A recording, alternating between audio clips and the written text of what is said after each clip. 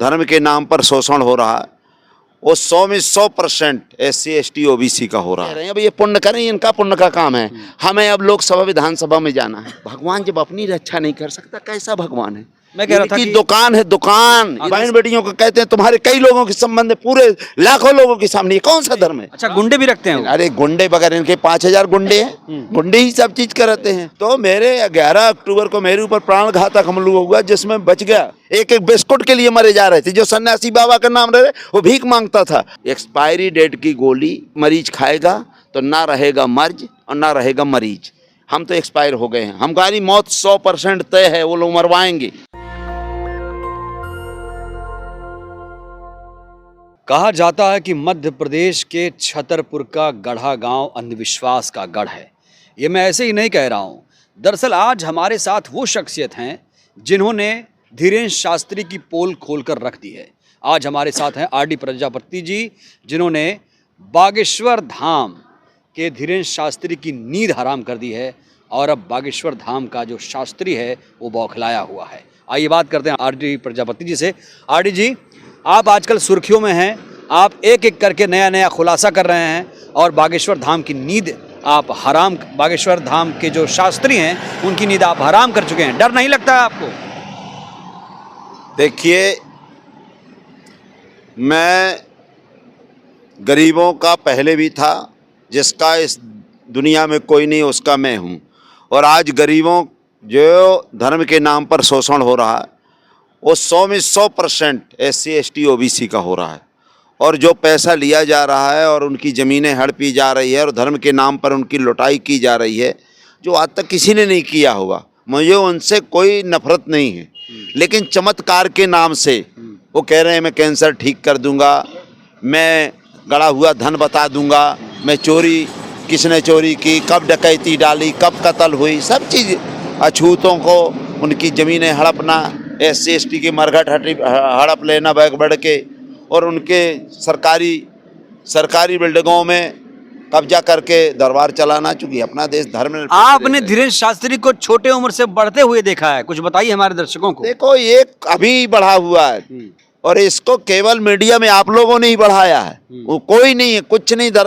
ये अभी आपके कोरोना के पहले केवल इनकी एक ही भागवत कथा हुई है, जिसमें हजारों लोग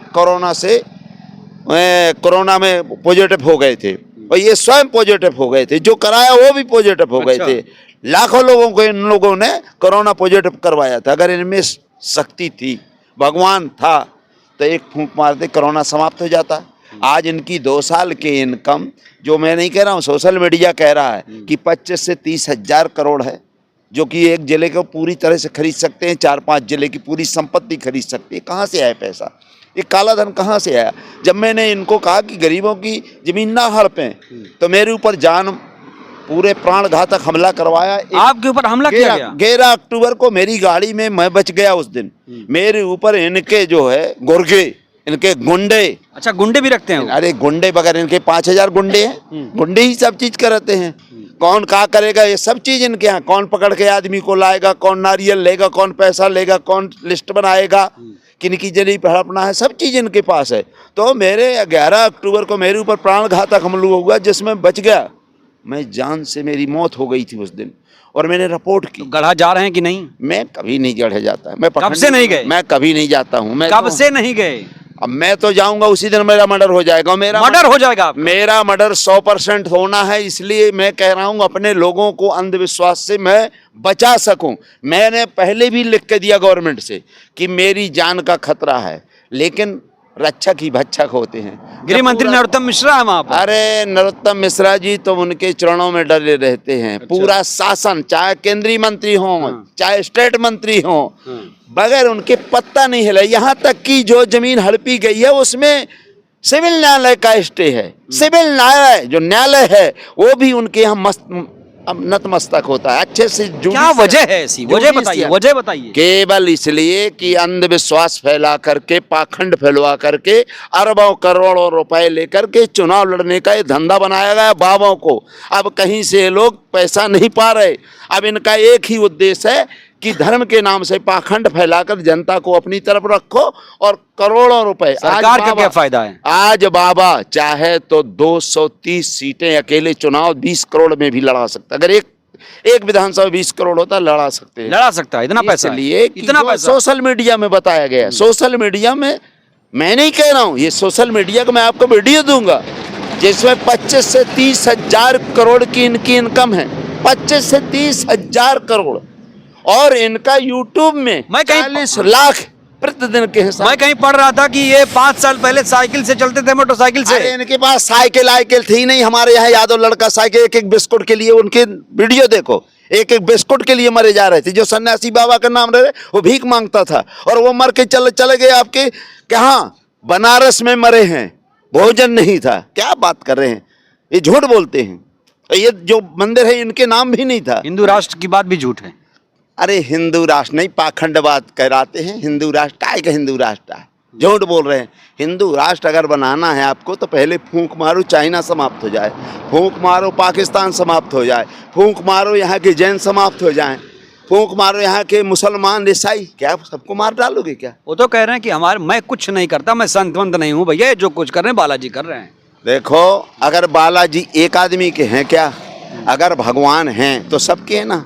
मैं भी तो हिंदू हूँ, ठीक है, तो ये कह रहे हैं मैं बालाजी की। लेकिन आप सनातनी नहीं है, सच्चे हिंदू नहीं है। नहीं तो कैसे नहीं हूँ? मेरा डीएनए टेस्ट उनका भी करवाए, मेरा भी करवाए।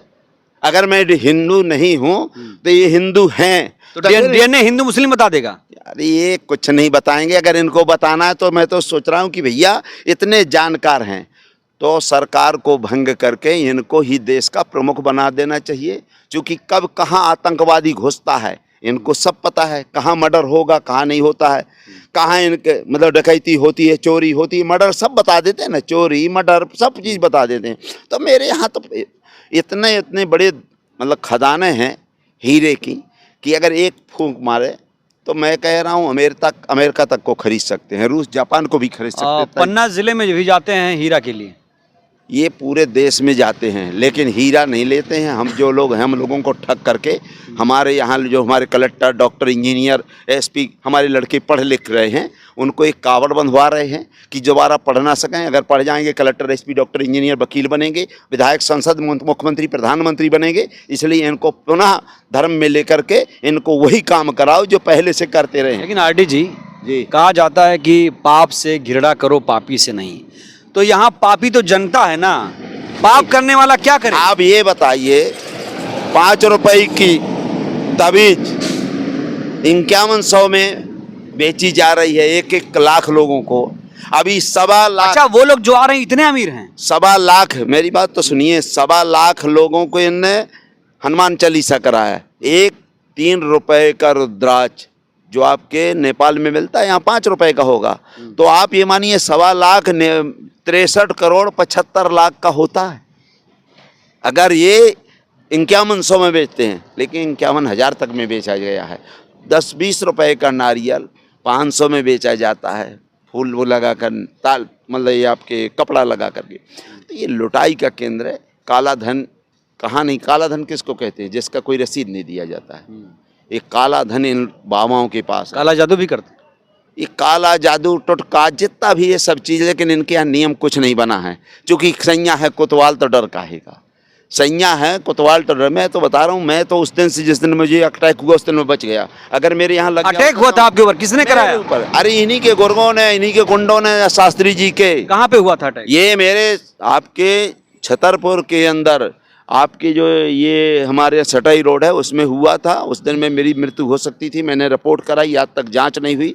तो मैं तो कह रहा हूँ जिस तरह से मैं तो उस पे दिन से भूत बन गया हूँ। एक्सपायरी भूत बन गए हैं आप? भूत मुझे उतार दें तो डराएंगे अब शास्त्री को मेरी जाके? बात सुनो, वो डरते तो नहीं, वो तो भूत उतार देते हैं, लेकिन मेरा भूत उतार दें। मैं तो एक्सपायरी डेट, जैसे गोली नहीं होती दवाई, ठीक है, एक्सपायरी डेट की गोली जो मरीज खाएगा तो ना रहेगा मर्ज और ना रहेगा मरीज। हम तो एक्सपायर हो गए हैं, हमारी मौत 100% तय है, वो लोग मरवाएंगे।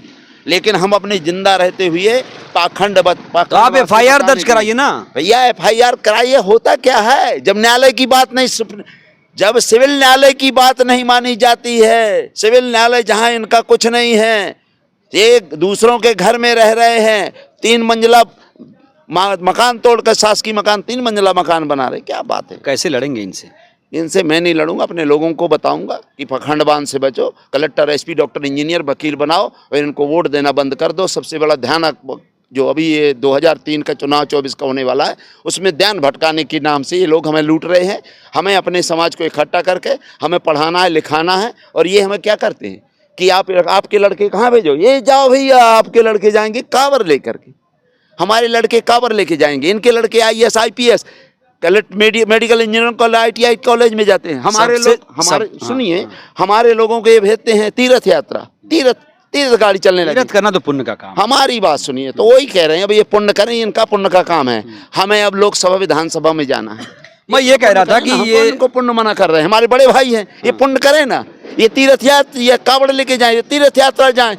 हम लोग मजदूरी करने वाले, मेहनत सेवा करने वाले हैं, तो हम विधायक बन के, सांसद बन के, कलेक्टर बन के, SP बन के, डॉक्टर बन के, इंजीनियर बन के हम सेवा करेंगे। इस सेवक तो है नहीं है, ये बेमतलब के लिए। तो क्या कहेंगे उन तमाम फॉलोअर्स? ये कह रहा हूँ, जब लिखा है कि भाई सेवा करना, सेवा से मेवा मिलती है, तो ये मेवा खाएं। हम मेवा हमें तो मिली नहीं है, लेकिन हम इनके सेवक हैं। हमारे जैसे उनने कहा सेवा करना ही काम है हमारा। पूजा क्या MP में चुनाव? सुनिए आप, पूजा विप्रशील गुणहीना, अशूद्र न गुणगन ज्ञान प्रवीणा। शूद्र कितना भी विद्वान हो, उसको पूजा न करो। तो हम चाह रहे हैं हमारी पूजा न करें, पूजा ये लिए रहें। हमें केवल हमारा काम है कि हमें पूरी ज़मीन दे दें, हम इनकी पूरी ज़मीन जोतेंगे, हमें कलेक्टर बनाए, SP बनाए, डॉक्टर बनाए, इंजीनियर बनाए। ये पुजारी पंडा बैठ के और ये कह रहे भगवान, अगर मैं कह रहा हूँ भगवान तो पैसा लेता नहीं है। हम भगवान की तपस्या नहीं करते, ये न्योट की करते हैं। अगर जिस दिन हम पैसा देना बंद कर देंगे, ये रात ताला लगाए रहते हैं, ये दुकान है। भगवान जब अपनी रक्षा नहीं कर सकता, कैसा भगवान है? मैं कह रहा था कि दुकान है, दुकान, ये दुकान बंद करने के लिए कि जो माल मिलता है दुकान है। भगवान है तो सबका है। हनुमान जी मेरे तो कह रहे हैं हेलो हनु, हेलो फोन करते हैं क्या उसको? अरे रावण से हनुमान जी को फोन करते हैं, बिल्कुल कह देते हेलो हनु, हेलो दशानन। अब यार ये क्या है? औरतों को गाली देना, माँ तो गाली देते हैं, बिल्कुल कहते हैं तुम्हें राड़ास चढ़ी है, मेरे पास भेजो, मैं इसकी जवानी उतार दूंगा। गर्राटो चढ़ी, हाँ मैं तुम्हारे कई लोगों के संबंध है। ये क्या है? ये भगवान है? ये कौन सा धर्म है जब बहन बेटियों को सूर्याम करना चाहते हैं भूत पोंगड़ा के नाम से? बहन बेटियों को कहते हैं तुम्हारे कई लोगों के संबंध है, पूरे लाखों लोगों के सामने। ये कौन सा धर्म है? राम के 5 पिता हैं। राम के तो ऐसा है, वही बता रहे, वही कह रहे हैं, राम के 5 बाप हैं। अभी तक मैंने 60 वर्ष में कभी नहीं सुना, लेकिन इतने बड़े शास्त्री हैं कि राम के, जो कि हनुमान जी के सेवक हैं, हनुमान जी को भी जहाँ होना चाहिए वहाँ मर जाना चाहिए, क्योंकि इतनी बुराई तो राम का हनुमान सहता नहीं है। 5 बाप कह रहे हैं, उनके बाप जो भगवान की बात को हनुमान जी कभी सुन नहीं सकते, विरोध, लेकिन उनके 5 बाप बता रहे हैं। आरडी जी, आखिरी सवाल जी, इसी साल चुनाव है MP में, तो क्या MP का चुनाव मुद्दों से भटक कर हिंदू मुसलमान पर होगा? देखो अब यहाँ का बहुजन सब जान गया है, अब SC ST OBC सब जान गया है। हमारी जातिगत जनगणना हम लोगों की मांग है कि जातिगत जिसकी जितनी संख्या बारी उसकी उतनी हिस्सेदारी। अगर 100 रोटी में अगर हमारी 90 रोटी है तो 90 हमें दो, 10 आप खाओ। अगर आप हमारी जनगणना नहीं कराते हो तो हम बता रहे हैं, इस दफे हमने निर्णय लिया है कि हम लोकसभा और विधानसभा में अपनी गिनती करवाएंगे कि जितने ये लोग हैं उतने इनको वोट मिलेगा। जितने हमारे लोग हैं 90%, हम 90% यहाँ के SC ST OBC लोग विधानसभा लोकसभा में पहुँचेंगे। इधर चिन्मन से जहाँ के मैं कह रहा हूँ जो धर्म के राज हैं बाबा, इधर चिन्मन से जहाँ कहें, उधर चिन्मन से वो जहाँ कहें, लगा दो आग चिन्मन में, न ये झांके न वो झांके। चलिए, तो ये RD प्रजापति जी जिन्होंने धीरेन्द्र शास्त्री के बारे में कई सारे खुलासे किए हैं। इनके पास बहुत सारे दस्तावेज भी हैं। ज़मीन घोटाला जो आरोप लग रहा है उसको लेकर भी ये कई बार बोल चुके हैं। इनके पास सारे दस्तावेज हैं और जो कुछ बातें RD प्रजापति जी ने कही हैं, आप उससे कितना इत्तेफाक रखते हैं, अपनी प्रतिक्रिया ज़रूर दीजिएगा। शुक्रिया। नेशनल दस्तक की आपसे गुजारिश है कि अगर इसको बचाना चाहते हैं तो नेशनल दस्तक को सब्सक्राइब करने के लिए रेड कलर के सब्सक्राइब बटन को दबाएं, फिर बेल आइकन की घंटी दबाएं। नेशनल दस्तक को बचाने के लिए बहुत जरूरी है कि हर खबर को शेयर करें, लाइक करें, कमेंट जरूर करें।